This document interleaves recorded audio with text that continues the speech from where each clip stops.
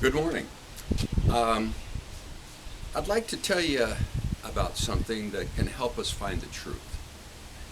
And trying to find the truth in today's world is like trying to catch butterflies out in a field. You know, the truth and the facts are out there, but there's so much disinformation, fake news, and everything around that it complicates it and confuses it so much it's very difficult to find it.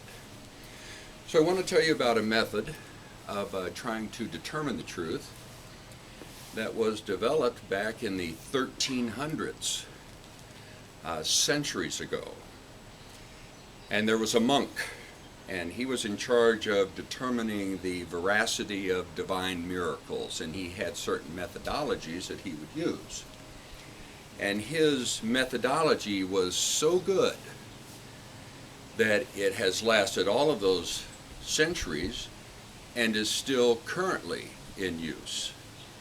His name was Friar Occam, and his method became known as Occam's Razor. And Occam's Razor is called that because it allows you to cut through to the truth. And what Occam's Razor said essentially was that if you have a situation that has two explanations to it, or a problem with two explanations, that most often the explanation that is the simplest is the truth. The one that requires you to imagine and create a bunch of different pathways and scenarios is usually not the truth.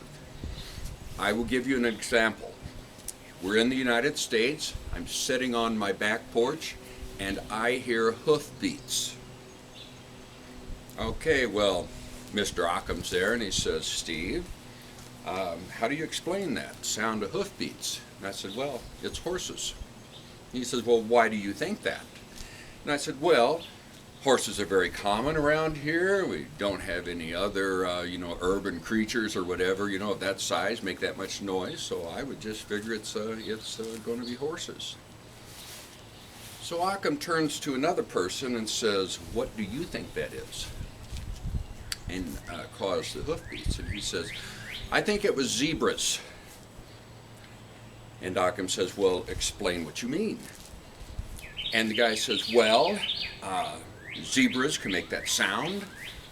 They are imported all the time from Africa. They are in zoos.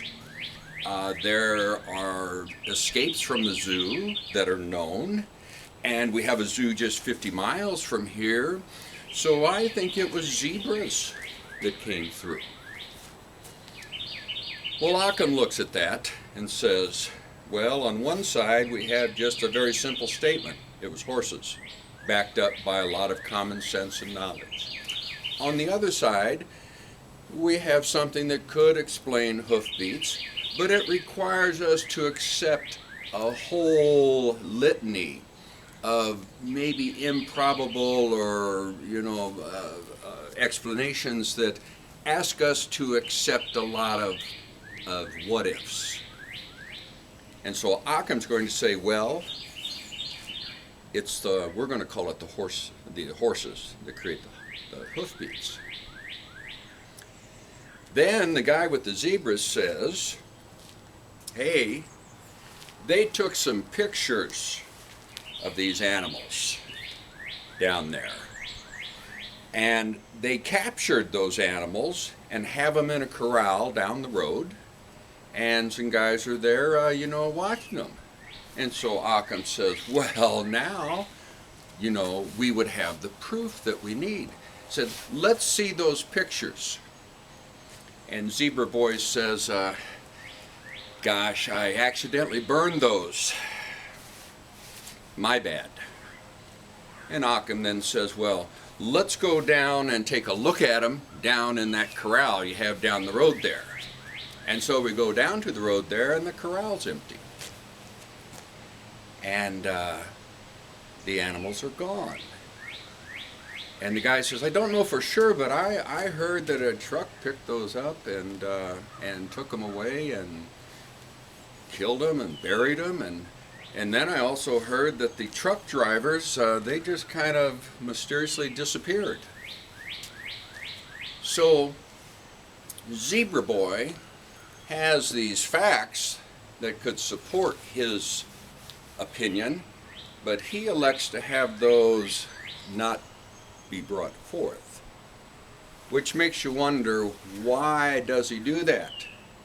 If that was a picture of a zebra running by my house, you know, it would prove his point, but he doesn't have that picture. That picture disappeared, got destroyed.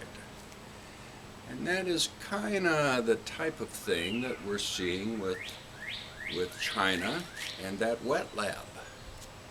You know, the samples that could have proven that came from the wet lab, they were either never taken or never run. The scientists who knew about it were fired and their lab shut down. So but China says it was definitely the wet lab, but every time they had the chance and the probability of proving that, they destroyed that evidence. So we're going to look a little bit more about the wet lab versus the wet market versus the BS4 level virus lab in this process. But I want you to be aware of Occam's Razor, because with all the disinformation in that and all the minute little picky arguments back and forth, it could confuse you, and sometimes you have to back away and look at the broad strokes. And what are the broad strokes telling us? And we'll explore that a little bit later, but I wanted you to know and appreciate Friar Occam. Thank you.